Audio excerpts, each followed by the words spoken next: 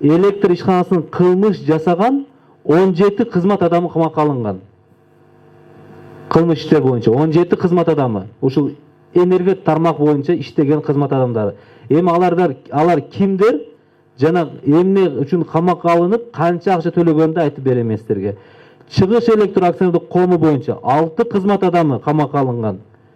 Алар камакка алынгандан кийин мамлекетке 19 миллион 32 миң 175 миң сом төлөштү. Алар кимдер? Чыгыш электр акционердик коомунун Нарын филиалынын мурунку директору Жумакадыров, Нарын филиалынын директорунун мурунку орун басары Абылгазиев, Тянь-Шань райондук электр тармактарынын башчысы Баяманов, Тянь-Шань райондук электр тармагынын башчысынын орун басары Кубанычбеков, Тянь-Шань райондук электр тармагынын мурдагы башчысы Наркеев, Тянь-Шань райондук электр тармагынын башчысынын мурдагы орун басары Токсумаковтар бул чыгыш электр кылмыш иши боюнча камакка алынышып, жана айтканымдай 19 миллион сомдон көп акча мамлекетке кайтарылды. Экинчи кылмыш иши боюнча, бул түндүк электр кылмыш иши боюнча 3 кызмат адамы камакка алынышкан. Алар мамлекетке келтирилген зыяндын 14 миллион 504 миң 560 сомду кайтарышты. Түндүк электр коомунун башчысынын директору мурунку орун басары бул Жаныбаев, Жайыл райондук электр тармагынын башчысы Акиров жана Бишкек райондук электр тармагынын башчысы Сагындыковтар камакка алынышкан. Үчүнчү ишибиз боюнча Ош электр ачык акционерлик коом боюнча 7 кызмат адамы камакка алынып, 16 миллион 356 миң 738 сом мамлекетке кайтарылган. Кимдер кармалды?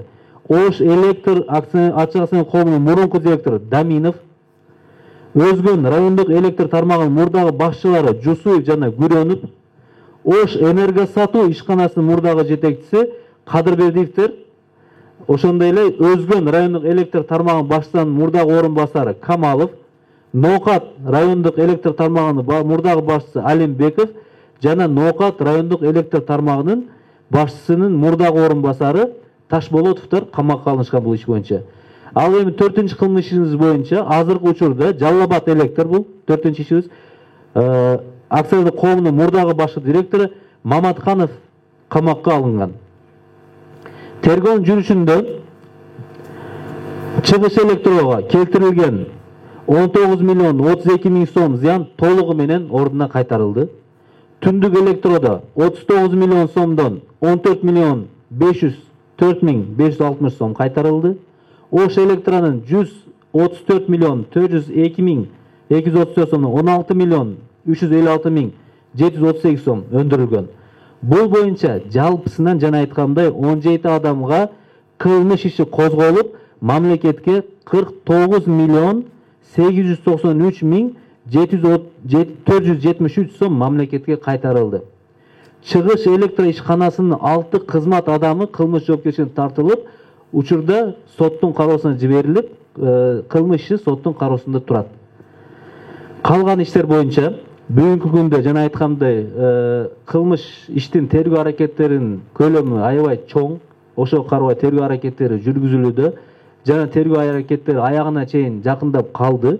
Алар жакын күндөрдө аягына чыгып соттун кароосуна жиберилет. Жана эми айта кетейин дегеним, экинчи маселе кече күнкү Али Токтокуновдун энергетика системасына коррупция жөнүндөгү жүргүзгөн журналисттик иликтөөсү боюнча видео тасмасы боюнча айта кетсем, бул видео тасмада көрсөтүлгөн фактылар биз үчүн жаңылык эмес. Жана айткандай 4 кылмыш иши тергелип жатат. 4 кылмыш ишинин алкагында баардыгы боюнча алар бизге белгилүү болгон. Бирок 4 кылмыш иши булар 2016 жана 2020 жылдагы аралыктагы бул эсептөө палатасынын берген актысы боюнча козголгон кылмыштер. Ал эми Али Токтокуновдун видео тасмасындагы бул фактылар 2021 жана 2022 жылга тиешелүү. Ошондуктан бул маалыматтар биз үчүн жаңылык эмес. Айткандай, алар мурдатан эле катталган жана текшерүү аракеттери жүргүзүлүп, алар боюнча эми ал жерде толук ала алган жок да, Али Токтокунов элечи. Жана видеокамера менен болгон үйлөрдө эле көрсөттү го. А бизде прокуратура кызматкерлери ар бир фундаменттен сырткары ошол азыркы учурда жанагы система IBS, Xenon деген системалардын иштешинин мыйзамдуулугуна чейин карап чыгып атышат. Бирден бир. Бул бизде өзүңүздөр билесиздер, тергөөчүлөрдүн саны республика боюнча өтө деле көп эмес. Прокуратура органынан тергөөчүлөрдүн саны 100гө жетпеген. Бирок ошого карабастан район шаарларда ар бир жерде тергөөчүлөр толук кандуу президенттин койгон талабын толук кандуу аткаруу боюнча иш жүргүзүп жатат. Мына айтканымдай, бул иштин президенттин койгон талабынын 80% толук аткарылып, мамлекетке мына 49 миллион сом өндүрүлүп, бир кылмыш сотко кетти. Калган кылмыштар да жана айткандай тез күндө аяктайт. Андан сырткары бул ишти улантып биз 2021-2022 жылдардагы эсептен чыгарылган ар бир карызды бир сомуна чейин мыйзамдуулугун текшерип, жана аларга юридикалык баа берилип, тергөө аракеттери жүргүзүлүп, жыйынтыгына чыгабыз буюрса.